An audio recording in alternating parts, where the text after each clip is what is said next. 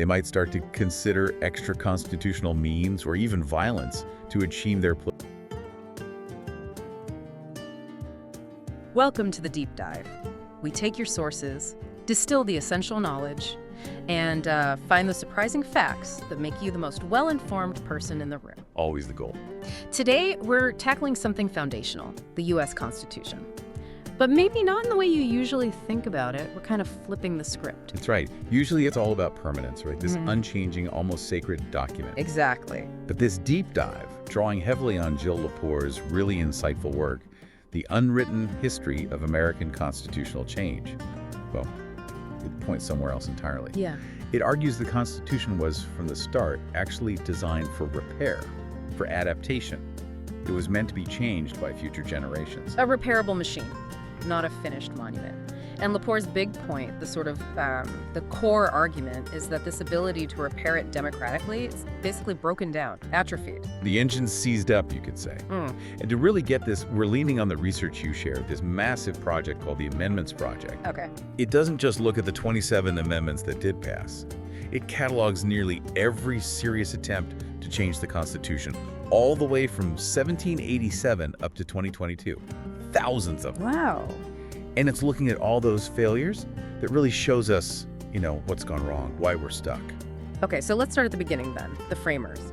They were coming out of the Articles of Confederation, which was, well, a mess. A complete disaster for change. You needed every single state to agree. Unanimous consent. Which basically meant nothing ever changed, right? Pretty much. It was paralyzing the young country. So they knew, absolutely knew, they needed a way forward, a path for amendment in the new Constitution. Or it would just collapse like the Articles did. Exactly. And that path is Article V. That's the rule book, the instruction manual for how to evolve the Constitution. And it's famous for being demanding. The requirements are steep, supermajorities involved. Oh, incredibly steep. You need 2/3 of the House and 2/3 of the Senate just to propose an amendment. Or there's another way to propose. Or 2/3 of the state legislatures can petition Congress to call a national convention for proposing amendments. That's the other route. Okay, so proposal needs 2/3, then what? Then comes ratification, and that needs 3/4 of the states. That's 38 states today. 4/4? Wow. And they can approve it either through their state legislatures, which is the usual way, or through special state ratifying conventions. The convention, that's only happened once, hasn't it? For repealing prohibition? That's the one, the 21st Amendment. It's important because it shows they envision different ways to get that state level approval, maybe even a more sort of directly democratic way than just the legislatures. Okay. But the key takeaway here is that Article V was designed to be hard. It wasn't an accident. It was baked in from the start as a political compromise. A compromise? How so? It just sounds like they wanted really broad agreement. Well, yes, but why did they want it that difficult? Those hurdles, those supermajorities, they were put there specifically to protect certain interests. Minority interests, you could say. Like who? The most obvious were the small states. They were worried about being railroaded by the big states. So the structure protects them. Absolutely. Equal representation in the Senate, 2 senators per state, regardless of population. Article V actually says that specific part cannot be amended without the consent of every single state affected. Well, wait, hang on. You literally can't amend the equal Senate representation rule. Not without getting every state to agree to lose its equal footing, which is, well, politically impossible. It's effectively unamendable. Oh, yeah, that's a huge barrier right there. But that wasn't the only protection. The other big one, maybe the most critical at the time, was protection for the slave states. Making the amendment process so difficult ensured that slavery couldn't just be voted out by a simple national majority. It gave slaveholding states a massive veto power over fundamental change. So the repair mechanism was there, but it came with these really powerful brakes built in. Exactly. Lepore really emphasizes this. The potential for repair was real, but so was the entrenched power to resist it. Okay, but despite those breaks, despite the difficulty, amendments did happen. The system wasn't always frozen. No, absolutely not. And looking at when they happened is crucial. There were distinct waves of change. Right. The first wave was almost immediate Bill of Rights. 10 amendments ratified pretty quickly after the Constitution itself. You could almost see them as finishing the original job. Part of the initial package, almost. In a way, yeah. Then, much later, you get the next huge waves after the Civil War. The Reconstruction amendments. The 13th, 14th, and 15th. Abolishing slavery, finding citizenship and voting rights. I mean, fundamental shifts. But think about what it took. A literal war, the country breaking apart. Precisely. It took a crisis of that magnitude, a shattering of the old political order, to overcome the built-in resistance. Moral urgency and political necessity forced it through. Okay, so crisis can drive change. What about other periods, like the early 20th century? Right, the progressive era, you see another cluster there, income tax, direct election of senators, and critically, the 19th Amendment, women's suffrage. And that wasn't a sudden crisis, was it? Suffrage was a long, long fight. Decades. A relentless campaign. And this highlights another key point Lepore makes, drawing from the Amendments Project data. Which is? Where did these amendment ideas often come from? Not necessarily from senators or presidents drafting things in back rooms. Okay. Very often, they bubbled up from outside the government. Yeah. From social movements, from activists, from marginalized groups who weren't initially part of the power structure. Like the abolitionists earlier or the suffragists? Exactly. Right. Temperance advocates, civil rights leaders. They were the ones often pushing the hardest, using the idea of an amendment to force the political system to respond, to eventually use Article V. That really underscores the democratic potential, even if it was hard. Yeah. But it also makes the failures more striking, because the Amendments Project catalogs so many failures, right? Even for really popular ideas. You mentioned a couple of big ones earlier. Yeah, the effort to abolish the Electoral College is a classic. Yeah. People have been introducing amendments for that practically since the ink dried on the Constitution. Never gotten through. Still debated today, obviously. Constantly. And then there's the Equal Rights Amendment, the ERA. Oh, the ERA. That one came so close. Painfully close. It actually passed Congress with huge margins back in the early 70s. Cleared the two-thirds hurdle there. But then stalled in the states. Stalled just short of the 3/4 ratification threshold. It got, I think, 35 of the needed 38 states before the deadline ran out. Political opposition organized, social dynamics shifted. It just couldn't sustain the momentum across enough states simultaneously. It shows just how tough that 3/4 rule is in practice. Popularity isn't enough. Not even close. You need this broad, sustained consensus across incredibly diverse states all at the same time. And that's proven really, really hard to achieve, especially lately. Which brings us right to this idea of stagnation. The system worked in waves, Bill of Rights, Reconstruction, Progressive Era, but then the waves stopped. They hit a wall, a big one. And here's the core fact, the one that really frames the whole problem Lepore identifies. Think about the 26th Amendment. Lowering the voting age to 18, Vietnam War era. Right. That was ratified in 1971. Since then, zero, absolutely zero new amendments have been added to the Constitution. For over 50 years. Over half a century. Proposals go into Congress constantly, thousands of them. But none have made it all the way through Article V's gauntlet.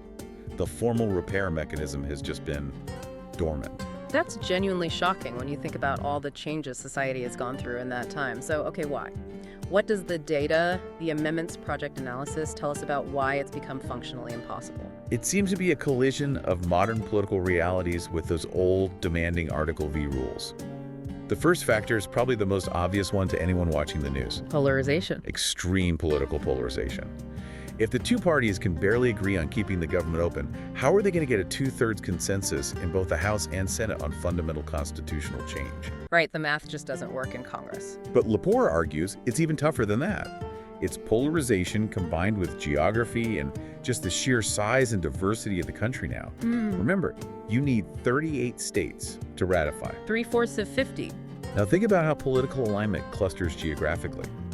You have reliably red states and reliably blue states. To get to 38, any amendment would need substantial buy-in from both sets of states.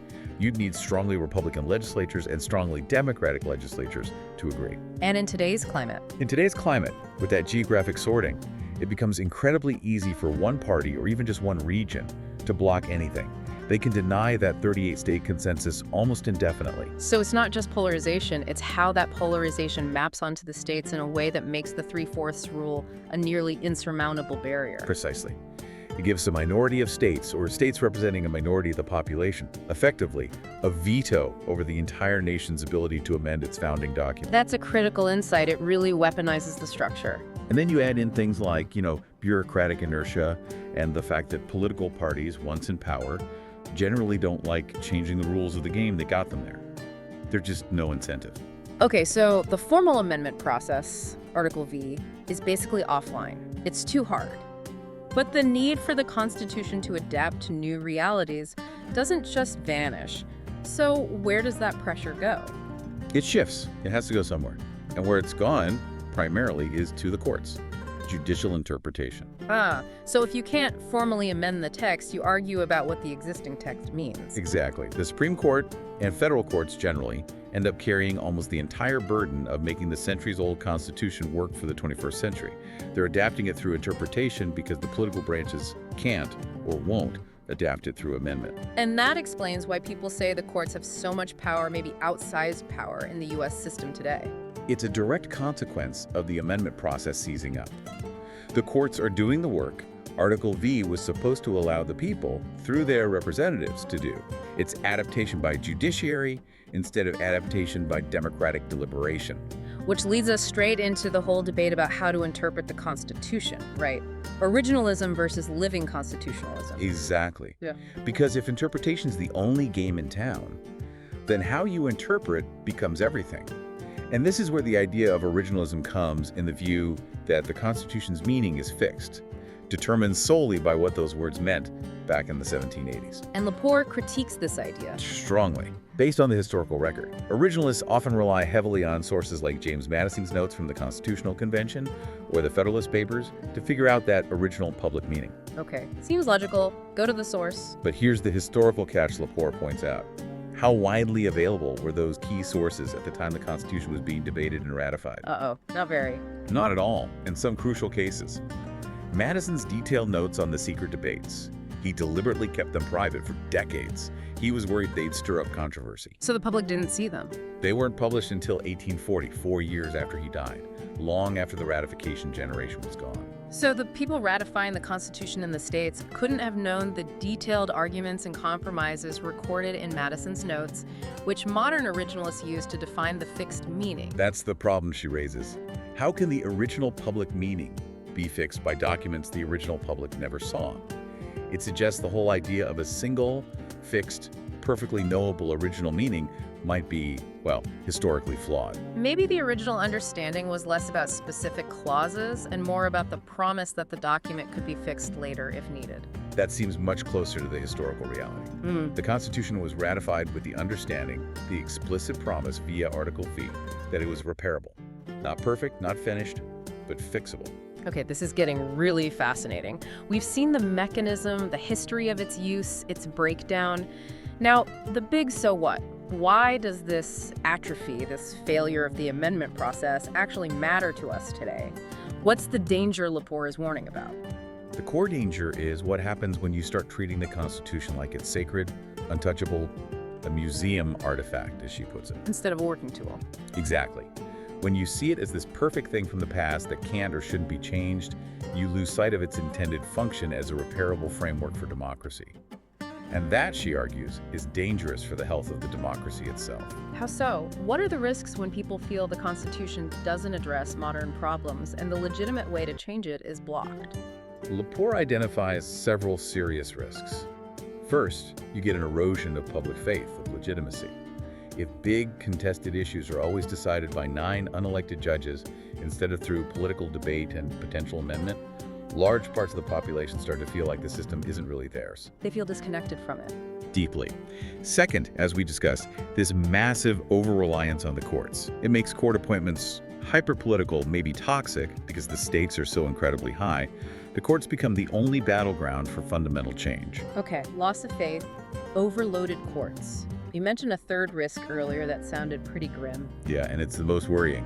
When established democratic paths for change seem permanently closed off, what happens? People might look for other ways. People might lose faith in the process entirely. They might start to consider extra-constitutional means or even violence to achieve their political goals. Stagnation isn't stability.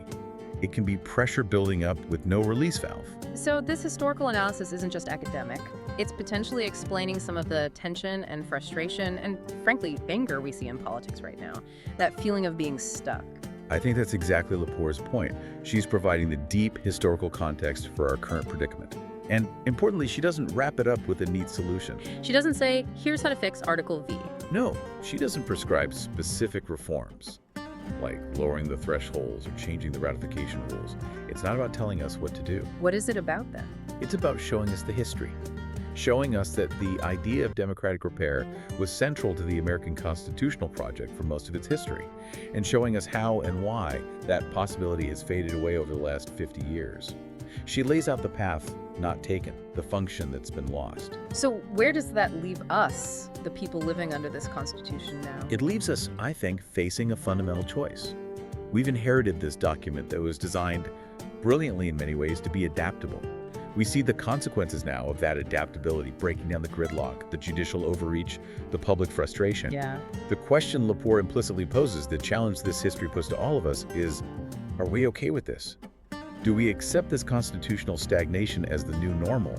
Or do we, this generation, want to find a way to reopen that possibility of deliberate democratic constitutional change? Do we try to fix the repair mechanism itself? That's the question left hanging. It's a profound one. And understanding this history, why Article V is the way it is and why it's become so difficult to use, is really the essential first step for anyone wanting to grapple with that challenge. It certainly puts today's debates in a whole new light. Thank you. This has been a really illuminating deep dive into these sources. Grab We the People, A History of the U.S. Constitution by Jill Lepore. Now on sale, $29.95. Don't miss this chance and build good habits and achieve remarkable results. Buy now today. Like and subscribe for more Bookhaven podcasts.